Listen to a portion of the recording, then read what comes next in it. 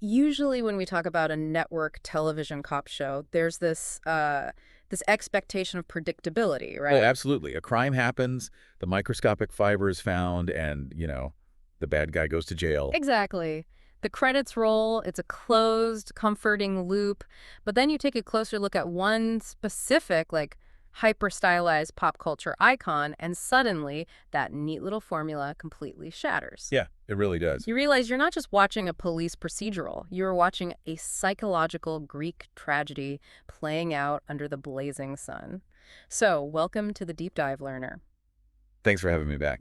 Today, we are taking a beloved, highly memeable character, Lieutenant Horatio Caine from CSI Miami, and we're running him through the rigorous lens of legendary psychologist Carl Jung. It's going to be a really fascinating one. Yeah, we're using this seemingly one-dimensional TV cop to help you understand your own psychological mass, your trauma, and honestly, the hidden costs of wearing emotional armor. Right, because to understand how a character like Horatio operates as a mirror for our own minds, we have to start with what Jung called the persona. The mask. Exactly. Yeah. Think of the persona as the psychological mask we wear to face the world. It's the mechanism we use to make ourselves legible to society and to protect our vulnerable inner workings from being exposed to constant danger. And Horatio's mask is, it is practically welded to his face. It never slips. Never. He's standing in the sweltering Miami heat, and he is always in an immaculate, heavy suit. He's never disheveled, never sweating. Right, it's completely unnatural. Yeah, and he maintains this perfectly rigid posture, hands on his hips, head tilted slightly down, and he speaks in that incredibly quiet, almost unnatural voice. Well, he perfectly embodies the magistrate archetype. The magistrate. Right, a magistrate isn't just a police officer clocking in for a shift. The magistrate is the abstract concept of law made into a man. Wow. Yeah, human psychology invents the magistrate to stave off the terror of chaos. And symbolically, Miami is a city of ultimate chaos. You've got cartels, violence, this overwhelming nature. Right, it's wild down there. So to counteract that environment, Horatio's persona demands absolute unyielding order. When criminals spontaneously confess to him in the interrogation room, they aren't surrendering to a cop with evidence. They're surrendering to an incorruptible psychological force. Okay, let's unpack this, because we have to talk about the most famous part of that mask, the sunglasses. Oh, the sunglasses, of course. On a surface level, it's just a cool TV prop, right? But structurally, there's a real ritual to it. He always puts them on to look at a crime scene, and he takes them off right before he delivers the final verdict, or, the classic one-liner. Jungian psychology actually classifies an item used like that as a liminal object. A liminal object. Yeah. Liminality refers to the threshold between two different states of being. The sunglasses are basically a tool used to cross that threshold. The eyes are universally considered the window to the unconscious mind, right? The soul. By shielding them, Horatio protects his inner world from the profound horrors he is observing. Oh, wow. So he's literally shielding his soul. Exactly. Taking them off is a ritual separation between merely seeing the world and speaking an absolute truth into it. He removes the shield only when he is passing judgment. I look at this meticulously crafted persona, and it makes me think of Kevlar. Yeah, that's a great way to put it. Right, like the heavier the trauma a person has experienced in their past, the thicker the emotional Kevlar they need to wear just to walk out the front door and function. And that brings us directly to Horatio's ego. In Jungian terms, the ego is the conscious center of a person's identity. It's the I that wakes up in the morning. Right. And Horatio's ego isn't built around ambition or career advancement or political maneuvering. It is entirely constructed around a single foundational wound. Which is the death of his mother. Yes, the death of his mother due to domestic violence. From that original trauma, his conscious identity formed one absolute, uncompromising belief. No one will be left unprotected on my watch. Exactly. He's operating as the classic wounded healer archetype.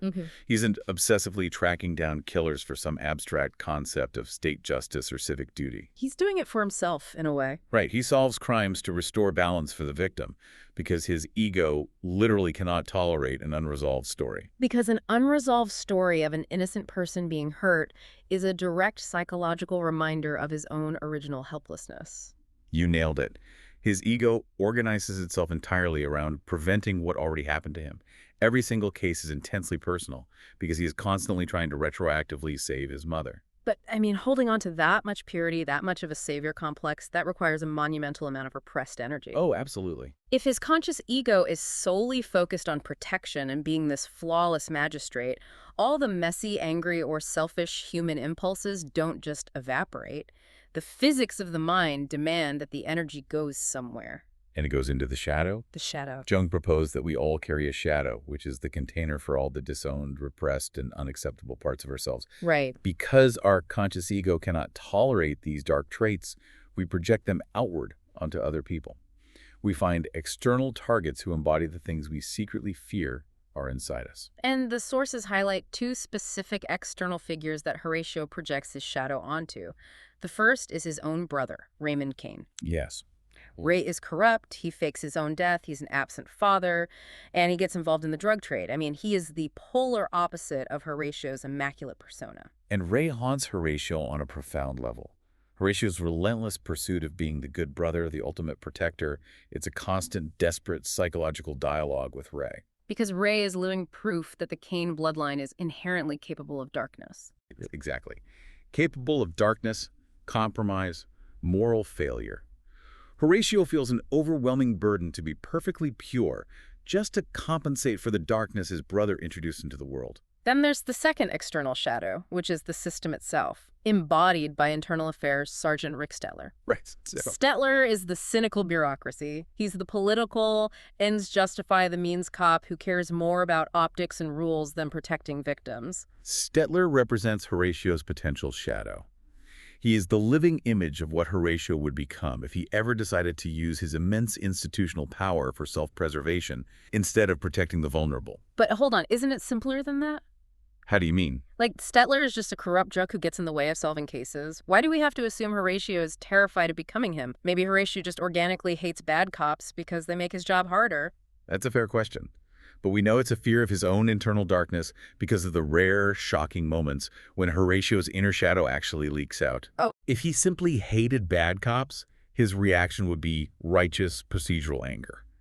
Instead, when the persona cracks, we see something chilling. Like when he corners a suspect. Yes. When he bypasses the law entirely, corners a suspect, drops that soft voice, and puts a gun to someone's head.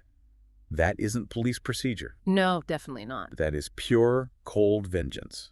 The reason the audience feels a shiver in those moments isn't just because of dramatic television writing. We are witnessing the caged monster inside the magistrate slipping its leash. It's terrifying because you realize the monster he's hunting in the streets is identical to the one locked in his own basement. Exactly. But if his shadow holds all his suppressed darkness and rage, the cage has to hold other things too, right? His empathy, his vulnerability, his softness. Those also have no place in the impenetrable magistrate mask. Spot on. In Jungian psychology, this suppressed softness is found in the anima. The anima. Right. The anima represents the unconscious feminine side in a man. It is a deep source of empathy, relatedness, vulnerability, and soul. Okay, so how does that work for Horatio? Well, because Horatio is locked into a hyper-masculine, impenetrable hero role, he is completely detached from his own inner softness. He cannot hold it himself, so he is forced to project his anima onto the women he loves, and tragically, the women he loses. And this plays out with two specific women in the show. First is Yelena Salas, his brother's widow. Yes, Yelena represents the unattainable anima. Loving her is taboo, but being near her is a way for him to keep his brother's family protected. So she's safe, in a way. Exactly. She represents a soulful, profound longing that he is never allowed to fully integrate into his actual waking life. She is a safe projection because the boundaries prevent him from having to actually dismantle his emotional armor. Then there is Marisol. And she represents a tragic attempt at integration. I mean, he finally drops the mask. He allows himself to be vulnerable. He marries her. He actually tries to integrate his anima and live a whole life. And then she is brutally murdered. What's fascinating here is how this operates on a structural psychological level. For Jung, the ultimate goal of human life is individuation. Individuation. Yeah. It's the lifelong, often painful quest to fuse the fragmented parts of our conscious and unconscious minds into a whole, realized self. Marisol's death is a devastating, almost fatal setback in Horatio's individuation. The unconscious mind learns a brutal new lesson from that trauma. Its logic cements an unbreakable rule. Integration leads to loss.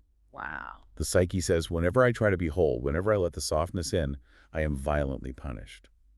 Following Marisol's death, his anima is essentially exiled for good. So he just shuts down. Pretty much. It's no longer safe to seek romantic or personal integration. Instead, his soul only speaks safely through his startling empathy for female victims on his cases. Which is why he's always so gentle with them. Exactly. He relates to their vulnerability in a deeply tender way that completely contrasts with his usual rigid demeanor. That is his exiled anima speaking, finding the only safe outlet left where his heart won't be broken again. When that integration fails so spectacularly, the psyche scrambles for a new defense mechanism. It adopts a posture that our culture often mistakes for strength, especially in men. It looks like resilience, but underneath, it is a form of paralyzing emotional suppression. Right. And the distinction our sources make between classical Stoicism and trauma Stoicism is vital here. Okay, let's get into that. Classical Stoicism, which traces back to philosophers like Marcus Aurelius and Seneca, is not about feeling nothing.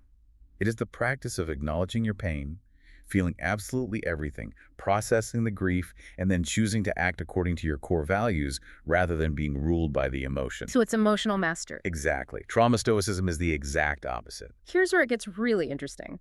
Let's think about it like driving a car.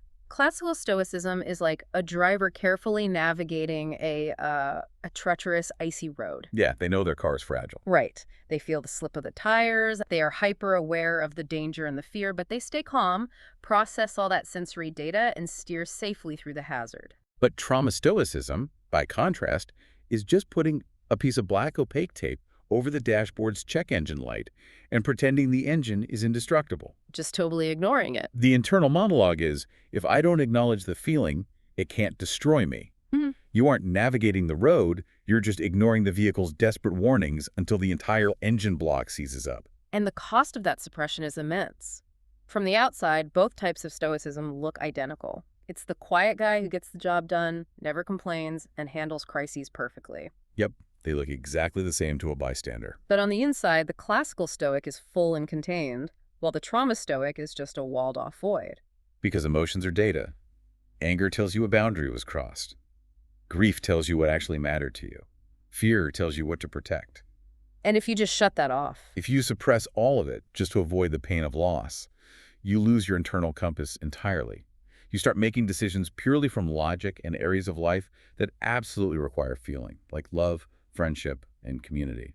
the tragic irony of Horatio's trauma Stoicism is that by doing this, he creates the exact abandonment he is so terrified of experiencing again. How so? Well, if you never show hurt, if you never show that you need someone, the people close to you feel untrusted. They experience you as incredibly distant and closed off. Eventually, they pull away to find relationships where there is actual reciprocity.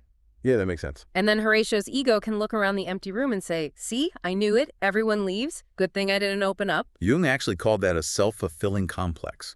Unprocessed grief, disguised as stoicism, is incredibly expensive to maintain. You think you are projecting calm strength, but everyone around you just feels that you are shut down. Which perfectly explains his personal life on the show. Yes, this explains why Horatio can act as a magnificent savior to strangers, but remains utterly isolated in his personal life. He refuses to allow himself to receive the very care he so freely gives to others. So where does a lifetime of trauma stoicism ultimately leave a person? It leaves them alone. But Jung distinguishes between two very different types of solitude, the solitude of the hermit and the solitude of the fortress. The hermit represents chosen solitude. A hermit is a person who has been deeply wounded, who has fully grieved those wounds, and who consciously directs their energy elsewhere. Like to their work or friends? Right, to their work, their friends, or their rich inner life. Their heart remains open. If love or connection came along, they wouldn't panic and run. They simply aren't actively hunting for it. It is an open, breathable peace. But Horatio embodies the fortress. This is protective solitude.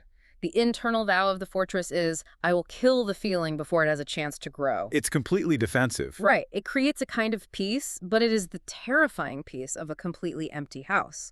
Nothing gets broken because absolutely nothing is allowed inside. And Jung is pretty harsh about this state of being. He doesn't call it individuation, he calls it amputation. Amputation. Wow. Yeah, you're severing a piece of your own humanity just to survive the psychological bleeding. And because Horatio chose the fortress, he becomes completely stagnant. He is stuck in what Jung calls inflation with the hero archetype. He literally cannot put down the badge. Never. He never retires. He never leaves Miami. He acts as the wise old man for his team, Callie, Delco, Wolf, Duquesne.